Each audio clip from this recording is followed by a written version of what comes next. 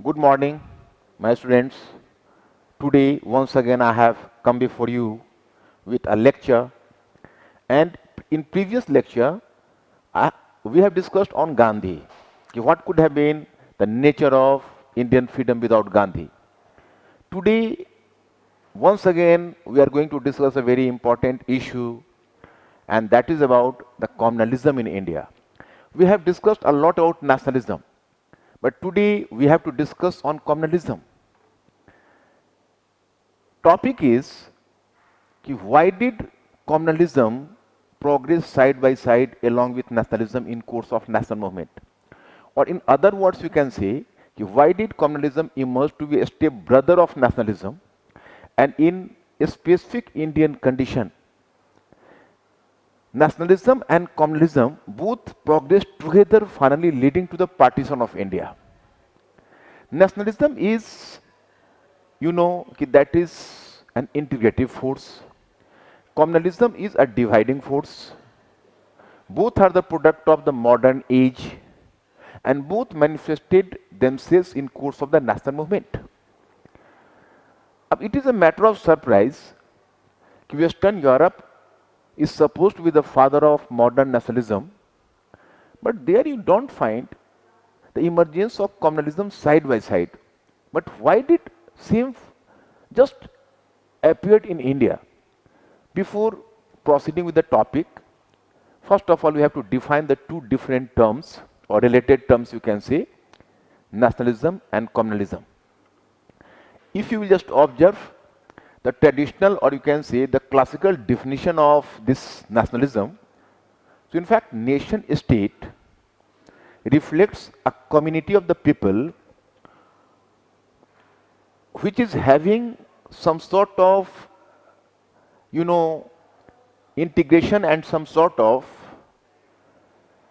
you know, integration with each other, or some sort of identity with each other. It is the product of a specific customs and tradition, and it is the product of the specific historical consciousness.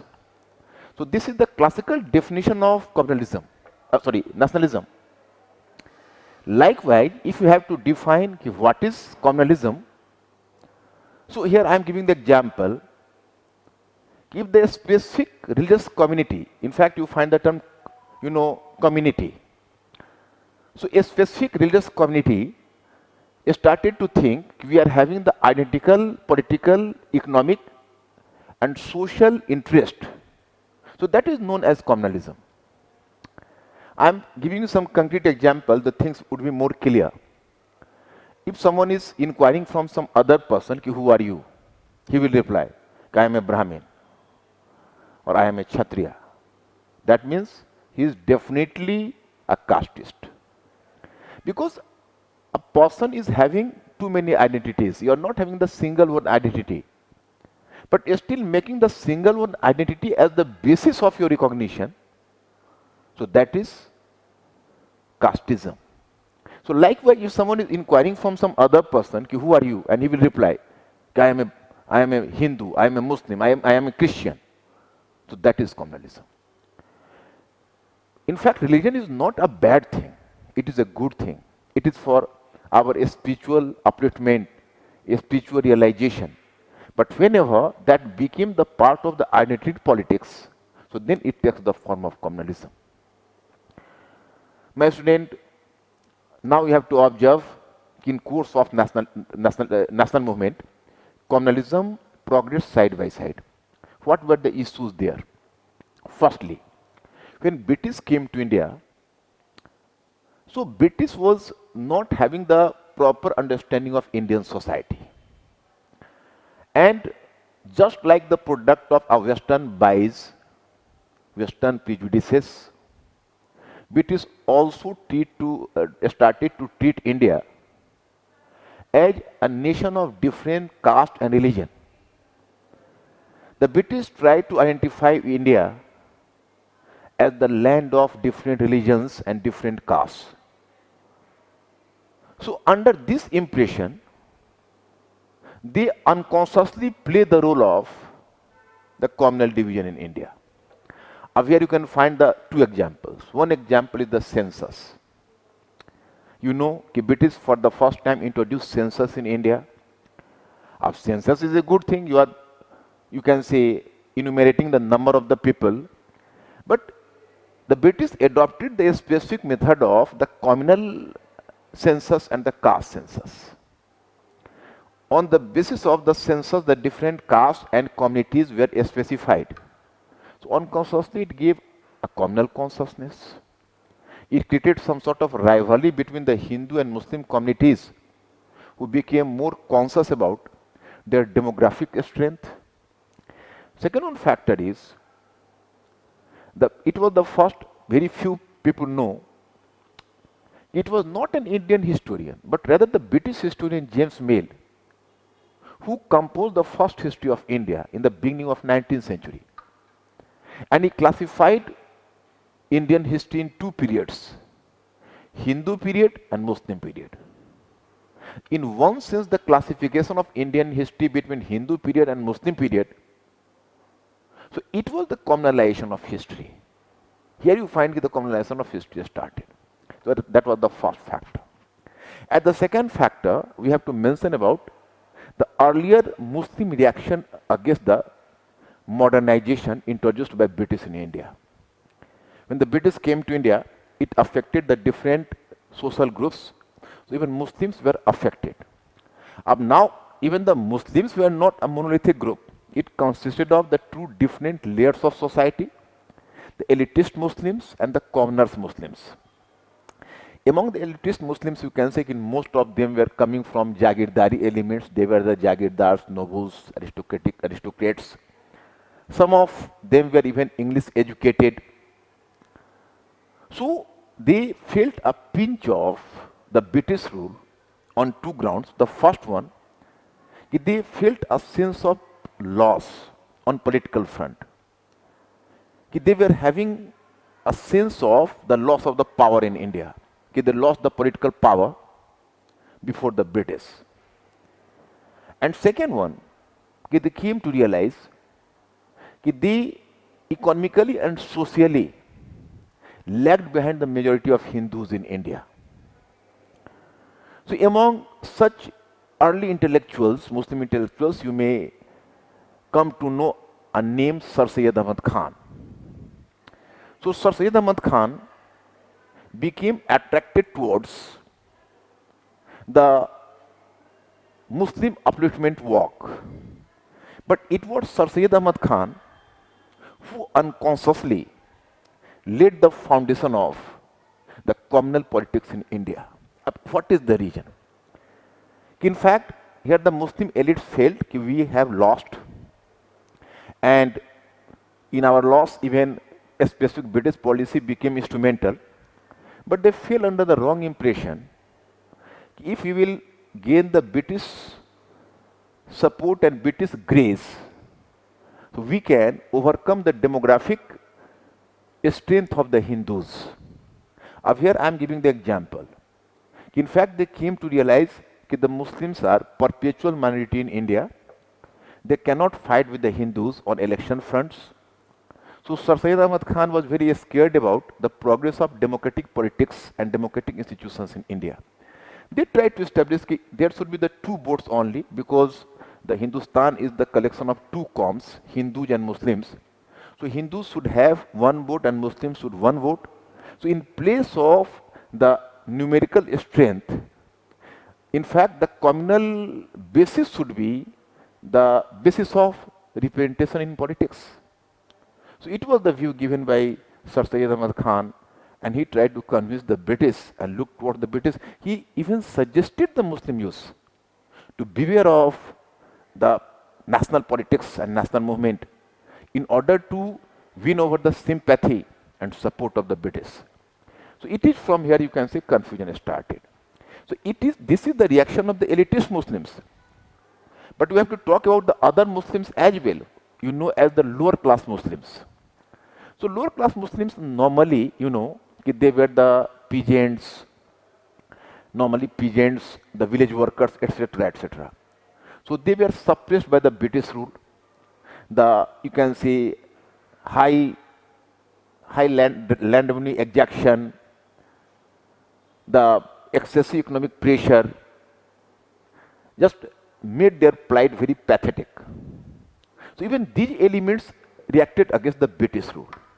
Up here you will come to realize the mode of their reaction was much different from the elitist Muslims. What was their mode of reaction? In fact, they tried to recall the old glorious days of Muslims. And the old glorious days was the days of caliphs, when Muslims had created a global empire. So they just went into their own dreamland, and you can say colorful past.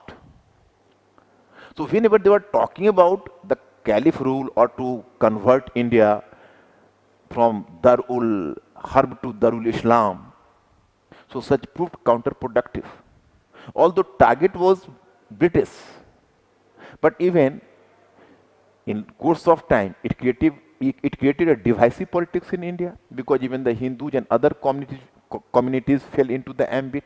So it was the natural outcome of this sort of politics. So my student, this was the second one factor. Now we have to move to the third factor. You have heard a lot about socio-religious reforms movement in India in 19th century. That is popularly known as Indian Renaissance. In fact, through the English education, a group of Indians came in touch with the Western progressive ideas like liberalism, individualism, nationalism, capitalism, etc. So they earlier welcomed the ideas, because they took these ideas as regenerative ideas for India or Indian society. But it was the time that some of the British and Western scholars were having a sense of arrogance, racial arrogance, and it is in sense of racial arrogance they even try to, like, you can say, the thinkers or authors like James Mill. He was a utilitarian thinker. He tried to degrade Indian society. Indians are perpetually inferior. In fact, Indian civilization is decadent and declining.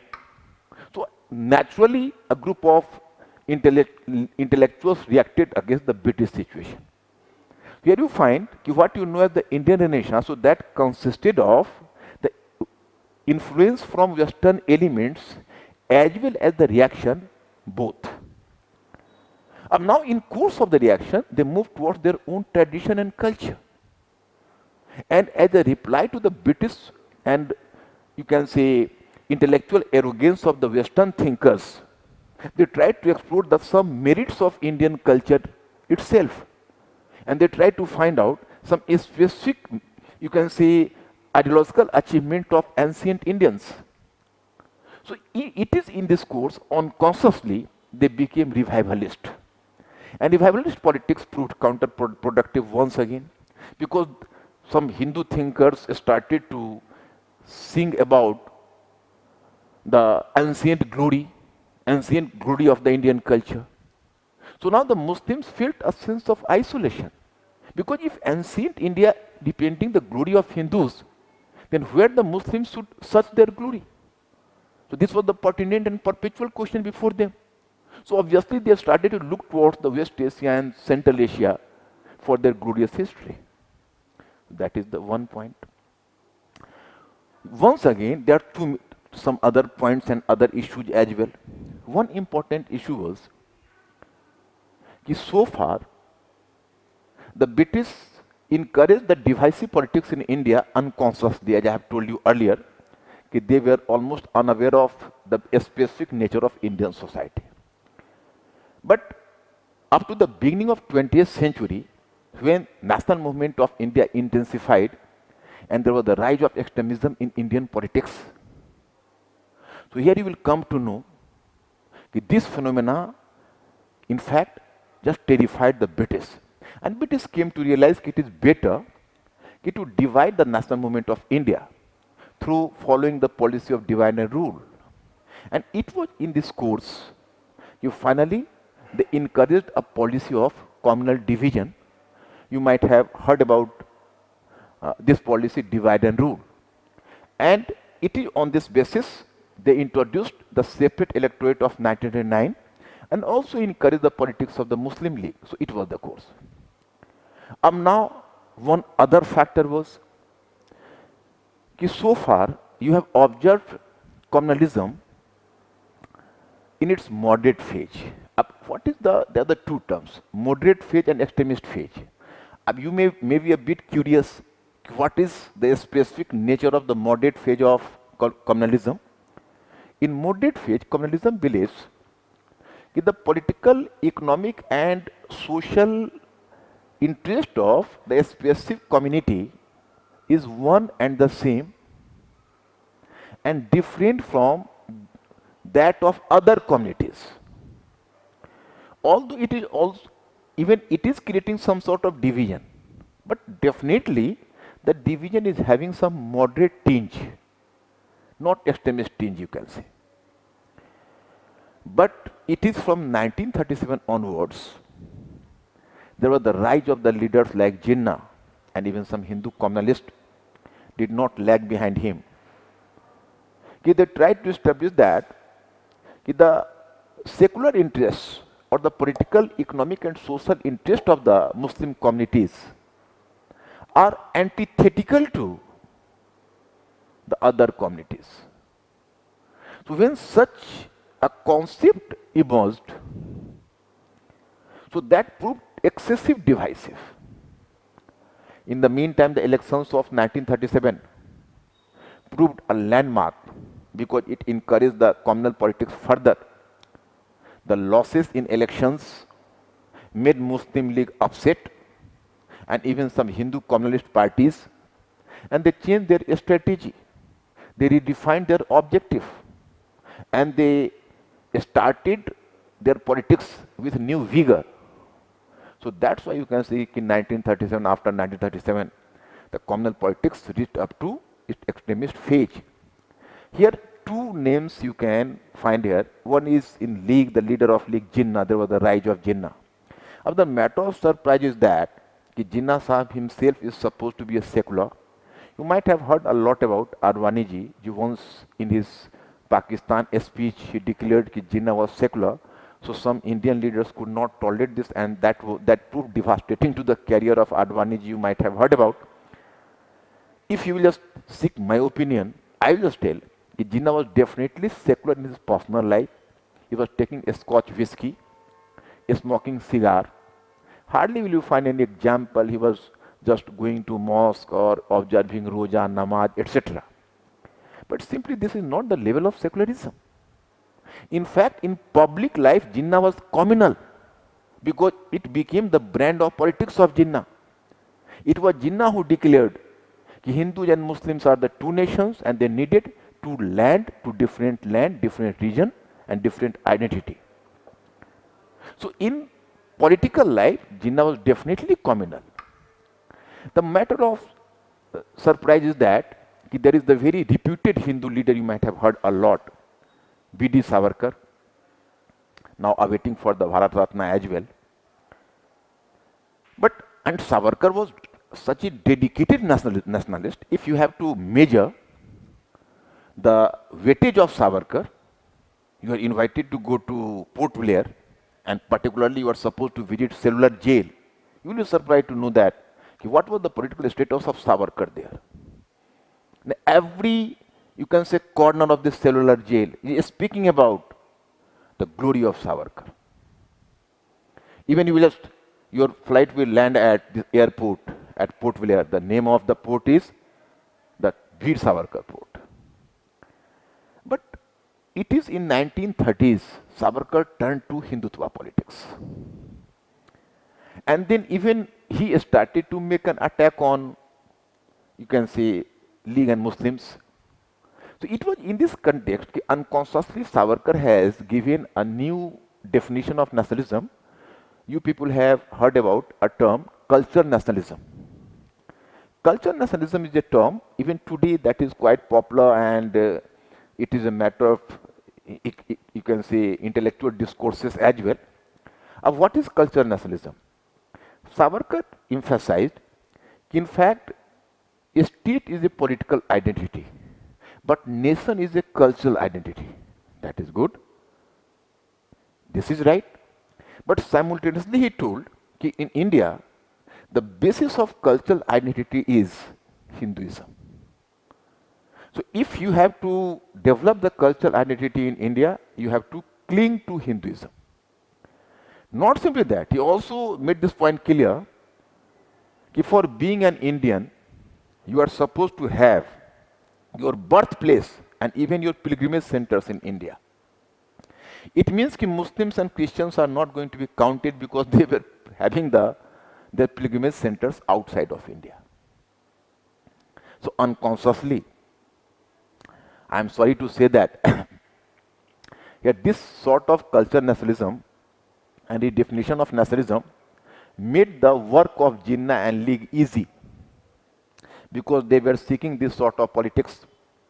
Hatred thrived on hatred, as Bipin Chandra has said. And finally, you can say the national movement has taken the direction for that you were not prepared. Last but not the least, you can say, sorry, sorry. This national movement, the national politics and communal politics, both intensified side by side each other. Both were complementary to each other. Up here you can find the example. Earlier, even nationalism was at elitist phase. It was confined to a group of people, the group of elites. At that time, even communalism was confined to this elitist phase. But when nationalism moved to the common people, there was the mass politics started on the front of nationalism, so started the same mass politics on the front of communalism. In 1929, the Congress adopted or introduced a proposal that is called Lahore Proposal and Purna Swaraj, complete freedom you might have heard about. On the same fateful year, Jinnah brought the so-called Delhi Declaration, and that was the declaration of communal politics based on 14-point program. Likewise, in 1937, for the first time, there was the formation of the national government in so many provinces. In provinces, you can say, all the 11 provinces. On the same, you can say, and it was at that time, you know, Jinnah in 1940 brought the so-called proposal of separate state in Lahore session. In 1942, the Congress launched the Quit India movement. It was the time League declared, Lad kar lenge Pakistan. You will take Pakistan through fighting. In 1946, there was the formation of interim government in India. It was in 1946, Jinnah and League declared Direct Action Day, and that led to the Hindu-Muslim rights. So my friends, it is really a matter of surprise, or rather you can say a very shared matter, the matter of an utter failure of the national movement. We became partially successful, we got freedom, but partially failure because we faced partition.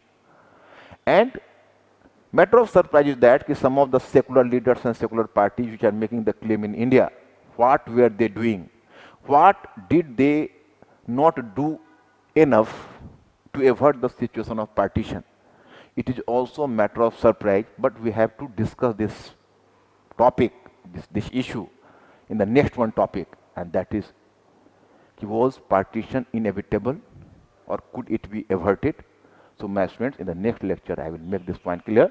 Thank you very much.